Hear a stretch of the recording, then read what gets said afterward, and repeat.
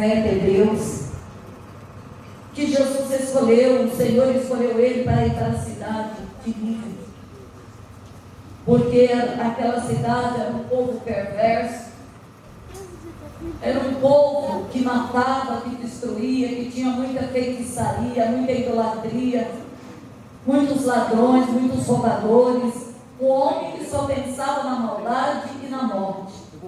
E Deus mandou ele para aquela cidade. Mas ele não era um profeta, ele não era um escolhido de Deus para ir para aquela cidade. Se Deus escolheu Jonas para ir para aquela cidade, é porque ele tinha uma bagagem espiritual na vida dele. Ele não era qualquer pessoa que Deus ia mandar para aquela cidade, porque Deus sabia o peso que tinha de pecado sobre aquela cidade. E Deus escolheu esse profeta para que ele fosse lá e determinasse o arrependimento sobre aquele povo. Mas Jonas, ele temeu, como todos nós.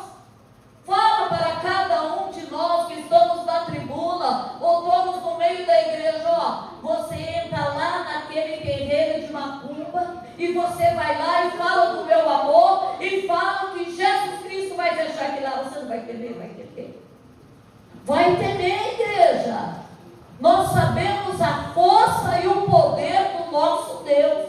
Nós não duvidamos, mas ele duvidou como homem, como mulher. Nós balançamos a nossa fé muitas vezes. Nós achamos que Deus é bom, tremendo, grande e poderoso. E nós, como que nós estamos diante de Deus? Como que está a nossa busca diante do Pai Todo-Poderoso? Será que nós temos buscado como Ele merece? Será que nós temos nos derramado como Ele precisa? Como Ele quer que nós buscamos? Lá dentro do nosso quarto, lá dentro da nossa casa, muitas vezes dirigindo, muitas vezes no mercado, nós estamos ali falando com o Pai, estamos ali falando, ganhando alma para Ele. E Ele temeu, igreja, e Ele temeu, como qualquer um de nós que estamos aqui temeria de ir para aquela cidade. Ele temeu ser morto naquela cidade, ele temeu ser preso, ele temeu ser degolado naquela cidade, porque aquela cidade era terrível. Mas ele, por desobediência, porque que muitas vezes nós pagamos o preço pela desobediência. Deus fala, vai para cá, e muitas vezes nós falamos, vai para cá. Muitas vezes Deus fala, faz isso, nós fazemos isso. Deus fala, levanta um tempo de oração e santificação. Não, nós queremos fazer aquilo que a carne pede. Nós não queremos fazer aquilo que o Espírito é mais forte na nossa vida. E ele pegou esse barco, aleluia. Não demorou muito, ele foi. Não sei quanto tempo, quantas horas, quantos dias. Mas de repente, Deus que vê tudo, ele estava lá dormindo, pensando que o Criador, que vê os céus e a terra, as profundezas do mar, não via ele. E ele estava lá dormindo, e o Senhor deu o que? A fúria do mar, aleluia. A fúria do vento veio sobre aquela embarcação. E muitas vezes a fúria, não vem a fúria do mar, vem a fúria do maligno, vem a fúria da enfermidade, vem a fúria das provações, vem a fúria do inimigo contra a nossa mente, contra a nossa carne, contra a nossa alma, querendo nos derrubar, querendo nos destruir, e falando que Deus não é na nossa vida, e falando que Deus não nos escolheu, aleluia. Mas maior é o Senhor que fez a promessa, maior é o Senhor que nos escolheu, aleluia. Maior é o Senhor que nos tirou do lamaçal do pecado e mudou a nossa história, aleluia. E quando ele estava na embarcação, o vento era impetuoso para destruir aquela embarcação.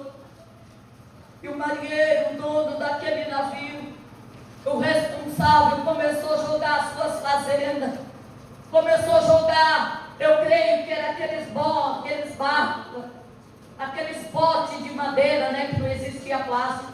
Eu creio que lá tinha arroz, tinha feijão, tinha milho, tinha soja, porque as fazendas não é terra, é o que eles plantavam, o que eles adquiriam, o que eles colhiam estava naqueles potes, e eles tinham que simplesmente jogarem fora, para que o navio ficasse mais leve, para que a embarcação e as pessoas que estivessem nela não fossem consumidos pelo vento e pela fúria do mar. Mas o capitão falou: o que está acontecendo? Clamou os deuses dele e nada foi resolvido, aleluia.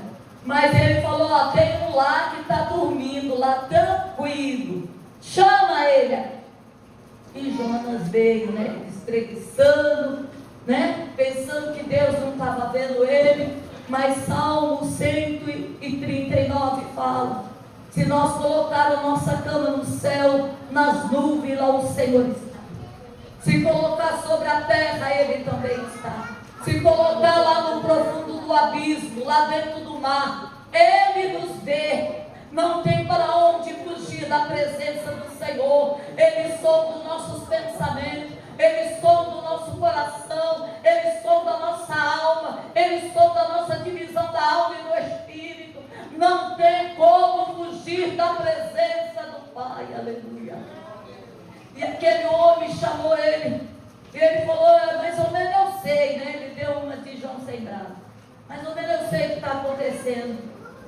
Eu sei, porque Deus me mandou ir para uma cidade, mas lá é terrível, eu não estou querendo ir não. Mas vamos lançar a sorte. Chamou todo o pessoal que estava lá. Oh, não tem como, irmão.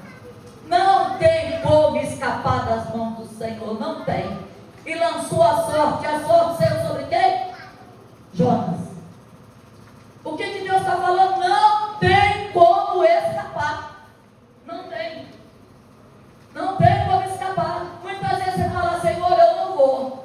Ah, Senhor, eu não quero mais levar a tua palavra. É árduo. É árduo, Senhor, é muito árduo. É fácil louvar, é fácil interceder, é fácil visitar, mas para pregar é árduo. Nunca pedi não, igreja, nunca pedi para o Senhor, porque eu sei que é árduo.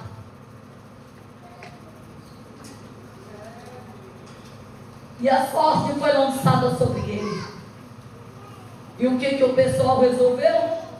E ele mesmo olhou para dentro dele e viu que o pecado estava sobre ele, o pecado da vergonha, o pecado da desobediência, que ele estava lá tentando se esconder de Deus, e de Deus ninguém esconde, de Deus ninguém se foge, aleluia. Até debaixo da coberta o Senhor não vê. No momento de tristeza, no momento de angústia, no momento de depressão, no momento que você acha que o céu está de bronze, mas o Senhor está debaixo do bronze, provando a nossa fé, para ver se nós vamos ser fiéis até o fim, ou se nós vamos cortar um pedaço da cruz e vamos deixar a cruz pela metade e tentar levar a metade. Jesus falou: toma a tua cruz inteira, siga-me, que Ele estará conosco, aleluia.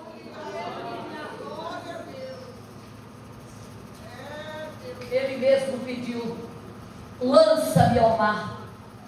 Lança-me. Naquele momento, eles falaram assim: não quero que o teu sangue venha sobre mim.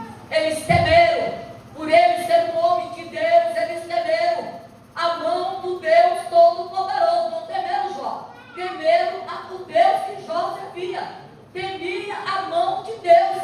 Se nós jogar ele, se Deus desce com fogo aqui, nos consome. Ele falou: não, pode me jogar. E jogou. Assim que Jonas foi jogar, o mar cessou, aleluia. O vento acalmou, aleluia. Quem que permitiu a tempestade? Foi Deus. Quem acalmou a tempestade? Foi Deus. Quem permite os ventos na nossa vida é Deus. Quem permite as enfermidades é Deus, para provar que Ele é o médico dos médicos, aleluia. Que Ele é além das medicinas, aleluia, glória a Deus. Oh, louvado seja o nome do Senhor. Glória a Deus. E aquele momento que jogaram ele, ele pensou que tinha lá um barquinho para esperar ele. Não tinha.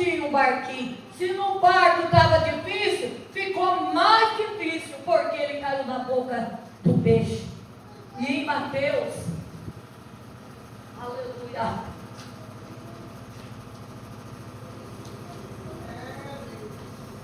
em Mateus 12, 40 fala que o peixe era uma grande baleia. Então você imagina, se era uma baleia maior dos que tem agora. Ele estava no barco dormindo tranquilo, e depois do sono acordou na tormenta, porque ele não obedeceu a Deus, caiu depois da barriga do peixe. Lá ele ficou com as algas sobre a cabeça dele. Lá ele ficou bebendo aquela água salgada do mar. Aleluia. Lá ele comia durante 3 dias, 3 noites, o que estava dentro do peixe. Aleluia. Porque ele pagou o preço pela desobediência. Porque ele não deu ouvido e nem crédito à ordenança de Deus. Aleluia. Porque quando é Deus que nos ordena, nós devemos fazer e não temer. E ele temeu, e ele ficou 3 dias e 3 noites ali clamando, falando com Deus, chorando, lamentando e fazendo voto com Deus, que se Deus tirasse ele daquela tormenta, daquela morte, que ele ia fazer um voto ao Senhor, que ele ia glorificar e exaltar o nome do Senhor. Aleluia. Ele precisou ser amassado, ele precisou ser dobrado, ele precisou tomar água salgada, ele precisou aquela comida podre, para que ele viesse conhecer que foi Deus que ordenou ele, não foi ele próprio, mas foi o Todo-Poderoso. Aleluia. Glória a Deus. Aleluia. Louvado e glorificado é o nome do Senhor. Aleluia. É, Jesus querido, Deus de amor. Aleluia. Glória ao teu nome, Jesus. Aleluia. E Jonas no ventre do peixe, ele clamava, chorava, lamentava, e aquelas algas que tentavam destruir. Daí depois aqui no capítulo 3, que as horas voam, Jonas prega para em nível o arrependimento. Aleluia. E depois fala que quando ele estava lá lamentando e chorando, Deus ordenou o peixe, porque Deus é dono de tudo. Deus é dono do céu, da terra. Por mais que o inimigo queira dominar, quem construiu foi Deus, quem fez o peixe foi Deus, quem fez as aves do céu foi Deus, quem me fez e quem te fez foi Deus. Aleluia. Manda ele vomitar ele lá na terra.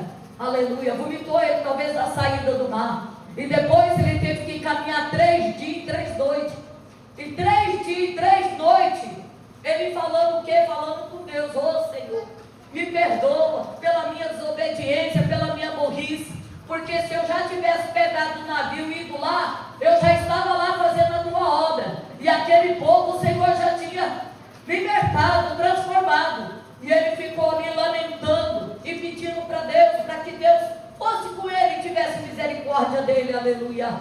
E ele chegou naquele lugar e começou ali a pegar a palavra do Senhor, e arrependimento para aquele povo, para que aquele povo viesse se arrepender, senão a mão do Senhor ia matar todo aquele povo. Aleluia.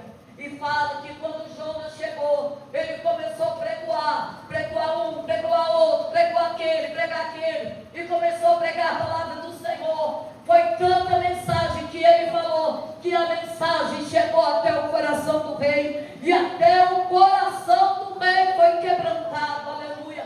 Não tem quem, igreja, não tem quem que ouve esta palavra e não é quebrantado. Aleluia.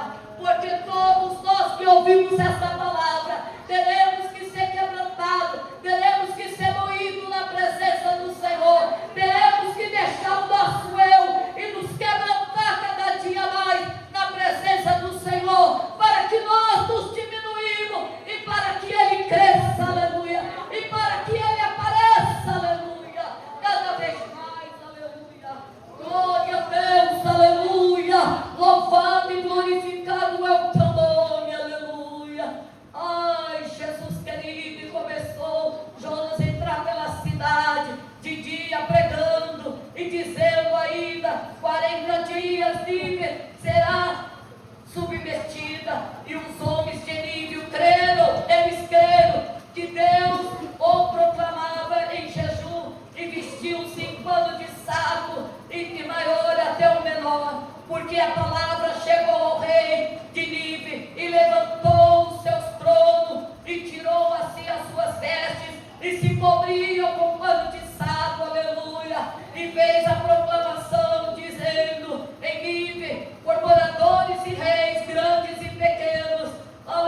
entre os animais, boi, aves, o que tivesse lá, aleluia, que não era para comer comida e não era para beber água, aleluia. Deus poderoso, olha o que ele pregoou àquele rei, aleluia. O que significa arrancar a veste de rei? Significa: eu não sou nada, isso aqui não serve para nada, o meu trono não serve para nada, o que serve é obedecer ao Senhor. Se Deus falou que vai destruir essa cidade, porque Ele vai destruir, aleluia. E o que aquele rei fez? Pregoou que ninguém que existisse lá naquele lugar comesse comida e bebesse água, nem as ovelhas, nem os bois, nem as vacas, nem os jumentos. Tira o capim deles, tira a água deles, determino, tira a comida das casas, tira as águas das casas. É um decreto do rei. E vamos todo mundo nos vestir de saco e vamos nos humilhar perante essa presença que é o Deus Todo-Poderoso, para que Ele não venha nos consumir, para que Ele não venha nos matar, aleluia. Porque muitas vezes nós temos medo da mão do diabo, nós devemos ter medo da mão de Deus, porque da mão do diabo o Senhor nos livre e nos guarda. Mas quem nos livrará da fúria e da potente mão do Senhor? Ninguém, a não ser o próprio Deus, aleluia. Oh, glória a Deus, aleluia. Glória ao Senhor Jesus, aleluia. O rei pregoou aquele jejum. Para a igreja ver que foi tão forte, foi tão poderoso o que eles fizeram. Eles arrancaram as vestes dele, igreja, e se vestiram de saco. Significa submissão ao Criador. Significa: nós não somos nada. Eu estou vestindo isso aqui porque eu estou me submetendo a Deus, para que Ele venha mudar o decreto, aleluia. Para que Ele venha mudar o que Ele já determinou sobre as nossas vidas. E o que Jesus fez? E o que Deus fez? Não vai dar para falar tudo. Mas Deus simplesmente ouviu a oração daquele povo. Simplesmente o Senhor ouviu o clamor daquele povo. Aleluia. Aonde tem oração, aonde tem jejum, aonde tem povo que se humilha na presença do Senhor, a igreja cresce. Almas se rendem ao Senhor, as almas se rendem ao Senhor, e as vidas saem das trevas e vêm para a luz, aleluia. E Jonas, depois que ele viu tudo que Deus tinha feito, ele subiu no alto da montanha, ou mais baixo, onde o vento vinha para o norte. Ali ele sentou e ficou de longe, olhando a destruição da cidade.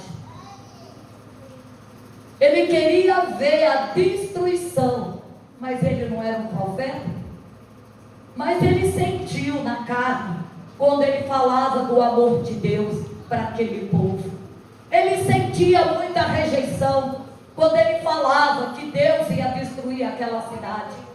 Muitos não acreditaram, muitos duvidaram, muitos blasfemaram. Mas quando chegou até o rei, que Deus entrou primeiro no coração do rei e quebrantou, a palavra do rei não volta atrás.